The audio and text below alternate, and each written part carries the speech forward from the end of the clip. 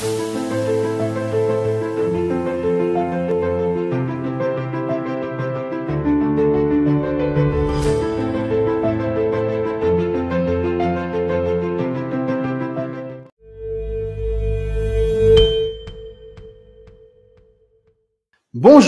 et bienvenue sur la chaîne du Comité national olympique marocain pour l'émission Parole de champion. Un espace d'expression pour nos sportifs qualifiés ou en cours de qualification pour les Jeux olympiques de Tokyo en juillet et août 2021.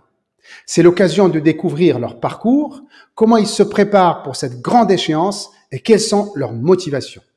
Aujourd'hui, nous recevons un kayakiste, Mathis Saoudi. Mathis, bonjour. Bonjour à tous. Bonjour Mathis, merci d'avoir accepté d'être avec nous sur l'émission Parole de champion pour parler de ton parcours et puis ton éventuelle qualification pour les Jeux olympiques de Tokyo 2021. Comment tu vis justement cette attente de la qualification? Ce report de la qualification, c'est vrai qu'au début c'était un peu compliqué moralement parce que je m'étais vraiment préparé à cette date et j'avais hâte de pouvoir avoir un dénouement et de pouvoir vraiment me projeter vraiment sur l'Olympiade de Tokyo directement et ne plus penser à cette étape. Mais bon, après je reste focalisé quand même sur l'Olympiade et je garde en ligne de mire l'objectif des Jeux. Ouais. Mathis, aujourd'hui tu es numéro 1 africain. Donc normalement un championnat d'Afrique doit avoir lieu pour déterminer les qualifiés. Si ce championnat n'est pas lieu, la Fédération internationale va établir le classement mondial et là aussi, tu es favori pour être présent à Tokyo. C'est ça, c'est bien ça. Là, je pense que la situation, elle est difficile pour tout le monde au niveau des organisateurs, au niveau des athlètes. Et on est en attente de décision. Je pense et j'espère qu'il y aura une compétition. Et dans le cas où il n'y aura pas de compétition, ce sera effectivement le classement international.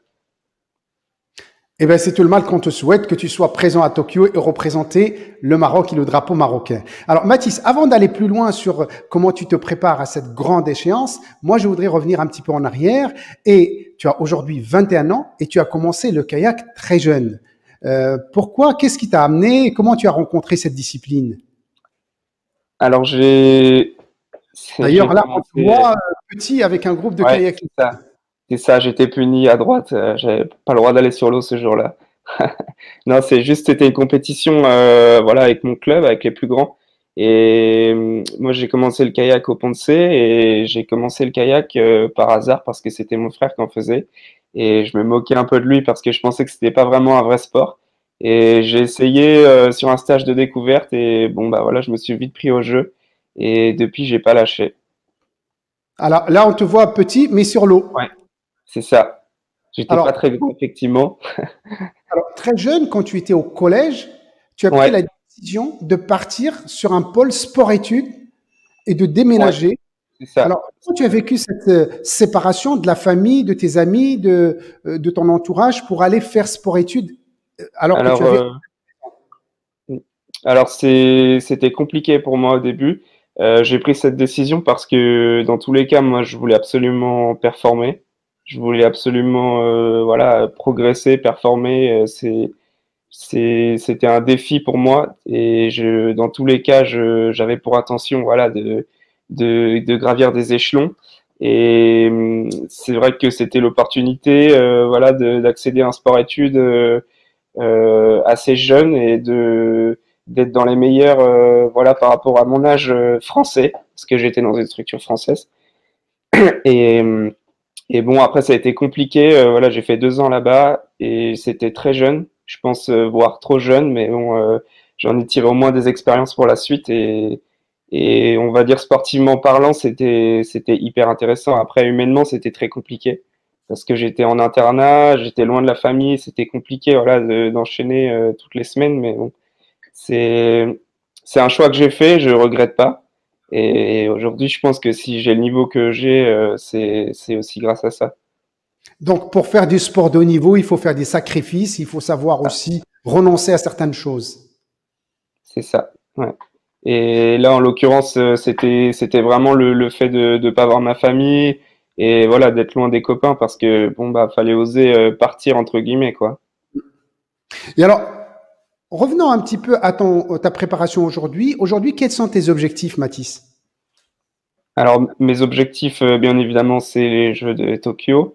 Aujourd'hui, j'ai 21 ans, je serai dans les plus jeunes au départ des Jeux dans ma catégorie. Donc ça va être clairement de prendre le maximum d'expérience. Voilà, aujourd'hui, je me suis fixé un objectif d'atteindre une finale. Après, une fois en finale, tout peut se passer. Donc je me mets pas de porte, je me ferme pas de porte. Voilà, je reste opportuniste et je pense à arriver au jeu avec un peu d'insouciance pour pouvoir essayer d'être combatif face aux meilleurs. Alors, les Jeux Olympiques ont été reportés 2020 à 2021. La pandémie, la crise sanitaire, est-ce que ça a impacté ta préparation? Est-ce que c'est une bonne chose, une mauvaise chose pour toi, ce report des Jeux? Alors, je dirais pas forcément enfin, je dirais que c'est pas forcément une bonne chose parce que c'était très dur moralement. On a tout enchaîné au niveau des stages. Je revenais de Tokyo, d'Australie, tout s'enchaînait vachement. Tout s'est arrêté d'un coup et ça a été brutal. C'était brutal. Après, ça a été dur pour tout le monde. On est obligé de s'adapter. Et après, dans le côté positif, je me dis que j'ai un an de plus pour élever mon niveau et pour pouvoir être le meilleur possible face aux meilleurs qui sont un peu plus âgés, qui ont des plus d'expérience. Et pendant la période de confinement, est-ce que tu as pu t'entraîner, tu as pu continuer ta préparation physique, préparation technique? Alors pendant le premier confinement, j'ai pu continuer la préparation physique, mais en étant très limité, n'ayant pas de salle de sport. Après, je faisais surtout du poids de corps sur des exercices comme du TRX ou du gainage. Mais Mhm. c'est vrai que c'est très limitant et c'était compliqué. C'était compliqué de garder un niveau en kayak n'étant pas sur l'eau pendant un mois et demi, 2 mois, quoi. Ceci étant dit, ça t'a pas empêché. Dernièrement, il y avait la Coupe du Monde et tu as fait 11e au classement général, je Ouais, pense. c'est ça. Ouais. Alors, Bah, pour rappeler tes résultats, donc dernièrement 11e à la Coupe du Monde, 19e à la, je dirais, championnat du monde junior et U20, U23 en Pologne en 2019 et deuxième à la compétition Saint-Brieuc en 2018. Enfin, il y a d'autres palmarès, bien sûr, je ne vais pas tout citer. Moi, ce que je voudrais savoir, quelles sont les compétitions ou quels sont les tournois qui t'ont le plus marqué? D'ailleurs, là, on te voit sur le podium. Quels sont les tournois qui t'ont le plus marqué? alors, je dirais que c'est mes championnats du monde junior. C'était en 2017, si je me souviens bien. J'étais vachement déçu de mon résultat. C'est vrai que j'attendais vraiment de performer sur ce championnat du monde parce que j'étais, je pense, dans les favoris. Et, et voilà, c'est quelque chose qui m'a marqué, mais à la fois qui m'a un peu endurci. Je le prends positivement, pareil, cet échec. Je pense, que ça a été la première claque que j'ai pris un petit peu sur la scène internationale. Et bon, après, ça va me servir pour la suite, c'est sûr. Ouais. C'est important ce que tu dis, Mathis. Tu dis, voilà, je me prépare, j'étais favori, j'arrive au championnat du monde junior et je prends une claque, un échec. Et alors, comment tu fais concrètement pour surmonter cet échec, pour le transformer en, je dirais, en une petite marche pour la réussite? Bah, après un échec, je dirais que faut se rappeler des premières choses. Pourquoi on fait du bateau? Pourquoi je fais du bateau? C'est parce que j'aime être sur l'eau tous les jours.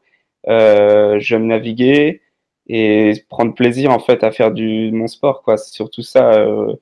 Après, c'est sûr que la compétition, c'est le but pour tout sportif de haut niveau, mais bon, faut pas oublier les bases de notre sport et pourquoi on le fait. Ouais. Et alors, quand tu dis tu aimes être sur l'eau, tu prends du plaisir à naviguer, est-ce que ce sont les piliers de ta motivation? C'est ça ce qui entretient ta motivation? Est-ce qu'il y a autre chose? Ouais, clairement, je dirais que c'est clairement ça. Depuis tout petit, moi, ce que j'aime, c'est clairement être sur l'eau, passer des heures sur l'eau et pouvoir jouer avec l'eau vive et m'amuser tout simplement. Et je pense que c'est ce qui en fait ma force, c'est que je suis très joueur sur l'eau, je joue énormément avec les mouvements d'eau et c'est ce que j'aime au quotidien.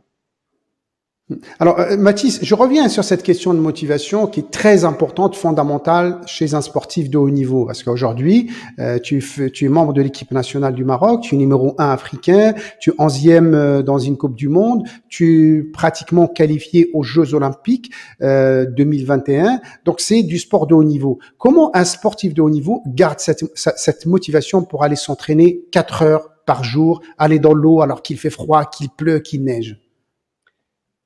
Bah, clairement, le but ultime, c'est la médaille au jeu. Et c'est ce qui, moi, personnellement, me fait vibrer et ce qui me donne envie, en fait.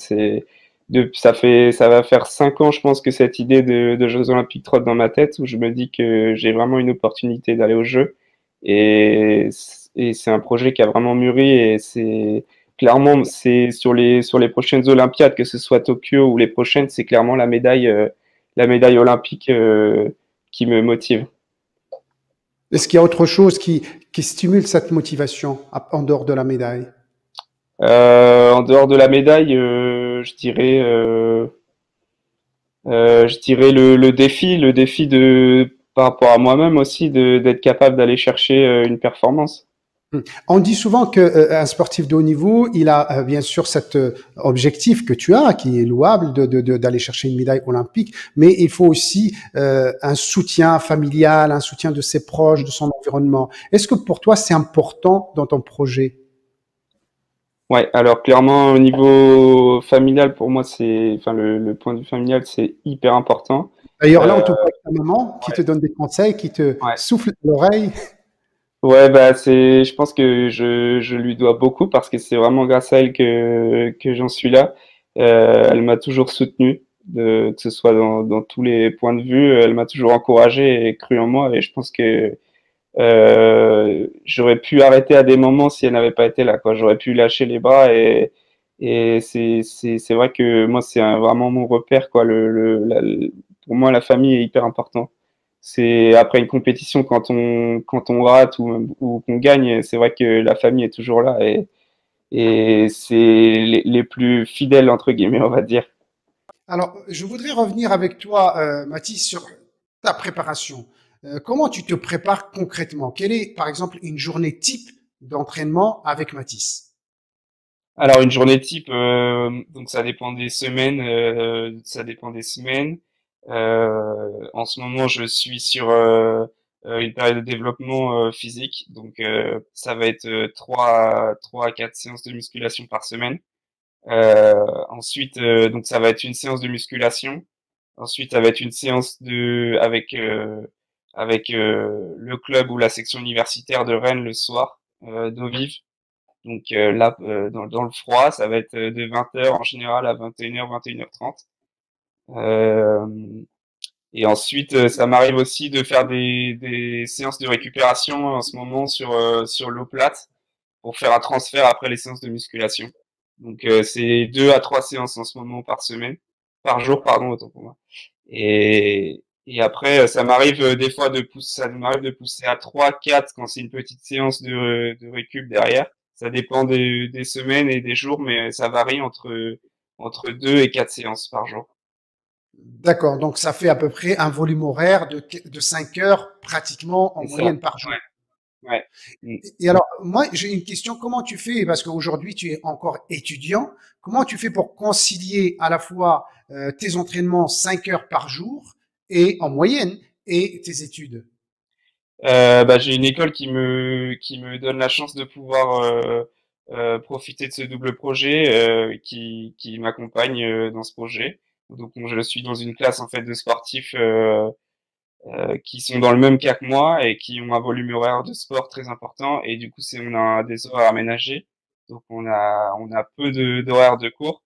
Donc ce qui nous libère beaucoup de temps et notre emploi du temps sur l'année est un peu échelonné par rapport à aussi nos échéances sportives.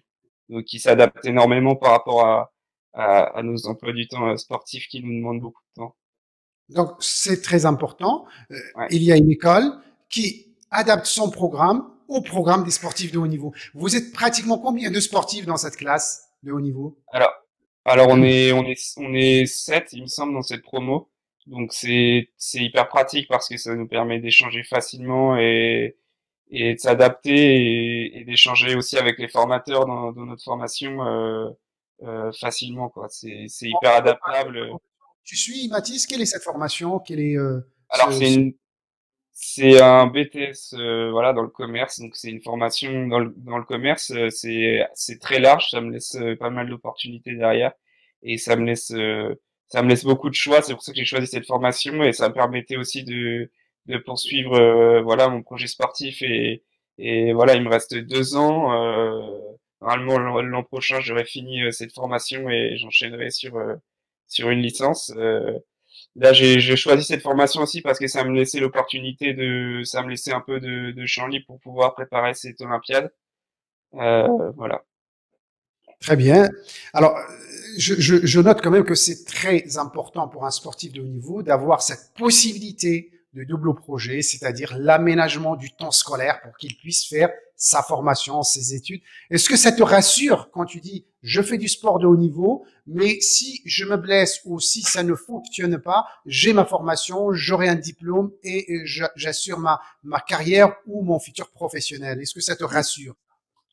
Complètement, je pense que c'est indispensable et c'est même un équilibre de vie au quotidien au-delà du projet à long terme. Je pense que c'est hyper important sur le quotidien d'avoir un à côté du sport parce que ça permet de s'épanouir. Voilà, à l'entraînement, ça permet de penser à autre chose, de pas tout le temps être dans la même routine. Et je sais que c'est hyper important et moi personnellement j'en ai besoin d'avoir un à côté du sport, sinon, je suis pas pleinement à 100% dans ce que je fais. Mathis, je voudrais te poser une question un peu indiscrète, personnelle. Le kayak, ce n'est pas un sport, je dirais, qui rapporte beaucoup d'argent. C'est, bon, on le sait, oui, c'est un sport exigeant, hein, et le travail, c'est un travail de professionnel, 5 heures par jour. Et comment tu fais pour, économiquement, pour vivre et pour subvenir à tes besoins? Je sais que tu as une bourse de la solidarité Ouais. olympique. Bon, c'est une bourse pour de soutien, c'est pas. Mm, mm. Alors c'est vrai que je suis aidé par mon club qui m'aide sur la partie sportive, qui m'accompagne au quotidien. Après c'est forcément ma famille qui m'accompagne depuis le début, que ce soit sur mes études. Voilà. Après, moi j'ai des sponsors dans mon sport, mais c'est vrai que c'est compliqué et c'est pour ça que j'essaye de jongler au mieux, voilà, entre mes études et le sport à côté qui me demande effectivement beaucoup de besoins financiers. Euh, Faire du sport de haut niveau est un choix. Et puis, quand on fait ce choix, ben, il faut assumer des sacrifices, il faut assumer, renoncer à certaines choses en quelque sorte. Ouais, c'est clair. C'est clair, faut renoncer à pas mal de choses. Après, moi, je vois plus le bon côté du haut niveau. Je vois le côté où, en fait, ça me permet de m'épanouir, et de faire des compétitions, voilà, énormes telles que les Jeux. Je vois plus le côté positif où je me dis, bon, bah, ça me permet d'aller à l'autre bout du monde, de voyager, voilà, de performer. Et moi, dans tous les cas, c'est ce que j'aime. Donc, je vois pas ça du tout comme un sacrifice. Vivre le haut niveau, c'est une réalisation de soi, j'ai l'impression. C'est une vraie école en Ouais, quelque sorte. ouais. Bah moi je Alors, le prends comme ça après. C'est revenons à ta préparation. Donc, on a parlé de ton entraînement, de ta préparation physique, musculation. Est-ce que dans le kayak, tu fais aussi de l'entraînement mental? alors j'ai commencé l'entraînement mental depuis l'an dernier. Je l'avais préparé pour pouvoir être prêt pour les sélections olympiques. C'est vrai que c'est un point de la préparation auquel je m'étais pas trop penché parce que j'osais pas trop faire le pas. Mhm. Et et après avoir vu énormément de sportifs le faire plus âgés et plus expérimentés, je me suis dit que c'était une branche pour moi peut-être à travailler, et sachant que c'était un peu mon point faible entre guillemets, et c'est sur lequel je voulais travailler, c'était être plus fort mentalement. Et alors, Euh, depuis maintenant, les- est-ce que tu sens une amélioration? Est-ce que tu ouais. sens, et alors, concrètement, ça consiste en quoi l'entraînement mental? Alors concrètement, ça va être par exemple la gestion des émotions et le stress. Moi, c'est un exemple. Je vais donner un exemple tout bête, mais j'avais du mal à gérer l'atmosphère autour et l'environnement autour de moi sur un départ de course. Et sur lequel j'ai travaillé, c'était l'acceptation de l'environnement, accepter de voilà d'avoir du public, du bruit, le bruit du micro. Enfin, c'est plus une acceptation, c'est une chose sur laquelle j'ai travaillé et c'est vrai que c'est un énorme plus. Je pense que c'est alors aujourd'hui je peux dire que c'est hyper important la préparation et je suis très content d'avoir fait le pas pour faire de la préparation mentale. Alors, en plus de la préparation mentale, on parle beaucoup dans le sport de haut niveau de la nutrition. Est-ce que tu fais attention à à ton alimentation? Est-ce que tu es suivi par un nutritionniste, par exemple? Alors, j'ai eu beaucoup de nutritionnistes quand j'étais en sport-études plus jeune. Donc, j'ai pris énormément d'infos et je sais à peu près, je pense savoir comment m'alimenter au mieux. J'essaie de faire en fonction des périodes. C'est vrai que là, on est sur la période hivernale. J'ai fait par exemple un bloc de prise de masse. Je vais essayer de favoriser voilà, de prendre le maximum de protéines naturelles. Et j'adapte un peu ma nutrition, voilà, en fonction des périodes de l'année et des compétitions. Mais j'essaye de garder forcément un équilibre parce qu'il faut que je garde un poids de forme, voilà, le jour de course. On a parlé de la nutrition. J'aimerais bien qu'on dise un petit mot sur le sommeil. Est-ce que tu prêtes attention à ton sommeil? Est-ce que tu régules ton sommeil? Comment tu gères le sommeil aussi par rapport à tes entraînements et tes études? Alors, c'est vrai que moi j'ai beaucoup de mal avec le sommeil. J'essaye de faire au mieux, mais c'est compliqué. Des fois, j'ai un peu de mal à, à dormir et j'essaye de faire au mieux pour trouver un équilibre au niveau du sommeil, d'être le plus stable possible parce que c'est vrai que ça m'impacte vraiment directement. Euh, C'est-à-dire, tu sens que par exemple, quand ouais, tu passes une mauvaise nuit, tu sens le lendemain sur l'impact sur l'entraînement, quoi. ouais, clairement. Puis sur la récupération, c'est énorme l'impact que ça a, notamment sur bah là, la période dans laquelle je suis de développement, je sens directement, même au niveau de la récupération pour les fibres musculaires, etc. Ça impacte directement, ça, c'est sûr, ouais. Autant que la nutrition, je dirais. Mm, mm. Alors, il y a des sportifs de haut niveau, qui disent que le sommeil est fondamental.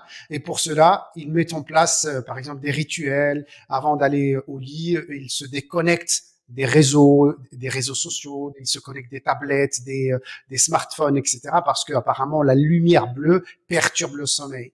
Ou bien regarder la télévision tard, ça perturbe le sommeil. Est-ce que tu appliques aussi ces techniques pour toi? Alors, comme en général, je finis mes journées tard, dans tous les cas, je finis de manger et je file à la douche et je vais rapidement au lit pour être en forme le lendemain. Donc, j'ai pas trop cette période, voilà, sur les écrans et j'évite au maximum parce que effectivement, c'est sûr que ça retarde ça retarde le sommeil et ça facilite pas du tout à s'endormir. Alors, Mathis, en t'écoutant, est-ce qu'on peut dire que pour un sportif de haut niveau, il y a je dirais certains fondamentaux qu'il faut avoir. Et le premier chez toi, c'est d'avoir un objectif clair. Le tien, c'est d'aller chercher une médaille aux Jeux Olympiques, que ce soit cette, je dirais, édition 2021 ou une autre édition. C'est de croire en son objectif, en ce qui nous anime, d'aimer et de prendre du plaisir à faire ce qu'on fait et puis s'entraîner, préparation physique, préparation technique, préparation mentale, comme tu dis, nutrition, sommeil, donc, et l'environnement. Tout ça est indispensable pour un sportif de haut niveau. Est-ce que je résumais un petit peu ce que tu vis aujourd'hui? Ouais, ouais, je dirais que c'est bien résumé et puis c'est un peu tout ce qu'on a abordé là depuis tout à l'heure et puis c'est surtout être combatif quoi. Si c'est vrai qu'au moindre échec, faut absolument pas lâcher, faut accepter voilà d'être derrière pour être meilleur. Euh, faut apprendre à gagner, faut apprendre à perdre, faut apprendre sans cesse et jamais baisser les bras et après au moins c'est sûr qu'on ne peut pas avoir de regrets quoi. Alors, Mathis, tu me fais penser à une expression de Nelson Mandela qui disait, je ne perds jamais, soit je gagne, soit j'apprends. Qu'est-ce que tu en penses? Bah c'est vrai que cette expression elle me parle. Après moi c'est par exemple sur un de mes sportifs que j'admire beaucoup dans le chemin, ça va être Hicham El Guerrouj qui tombe sur sa première Olympiade. Oui. La deuxième Olympiade, il gagne pas, voilà, tout près du but. Et la troisième, voilà, il est devant, deux médailles d'or sur la même Olympiade. Et pour moi, c'est vraiment le chemin rêvé d'un sportif. J'admire autant ce parcours-là qu'un Tony Estanguet qui peut gagner 3 médailles olympiques. Voilà, c'est pour moi le Ouais. chemin de Hicham El Guerrouj, c'est vraiment l'aboutissement d'une carrière. C'est voilà, tomber, résister et ne pas lâcher et derrière avoir une médaille quoi. Ouais. Et Alors, Mathis, aujourd'hui, tu vis en France, à Rennes, en Bretagne. Quels sont tes liens avec le Maroc?